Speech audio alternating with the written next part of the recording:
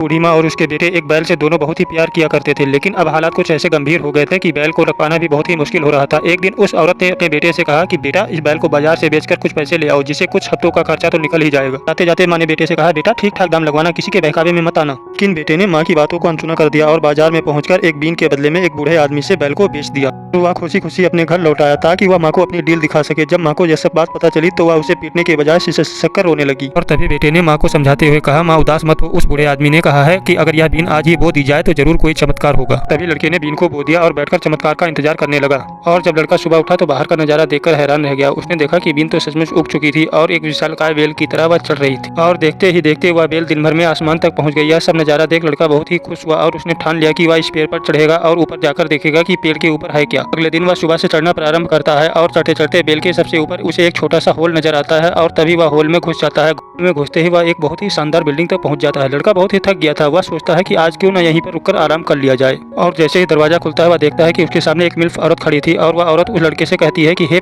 जरा बच के, मेरा पति 3 सिर वाला ड्रैगन है, अगर उसने तुझे देख लिया तो तुझे जिंदा ही खा जाएगा।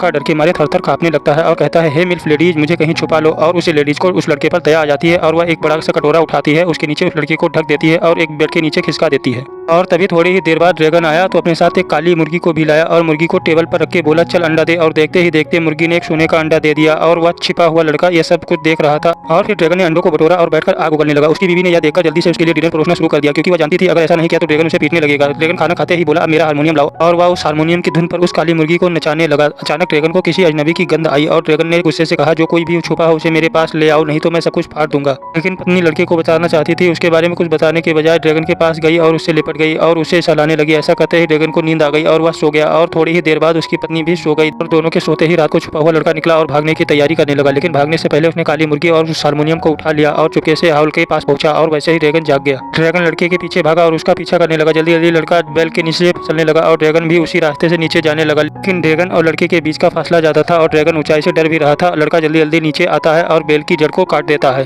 और इस तरह से ड्रैगन उस विशालकाय पेड़ के साथ नीचे गिरा और हमेशा के लिए खत्म हो गया। और इस तरह लड़का और उसकी माँ दोनों घर में खुशी खुशी रहने लगे।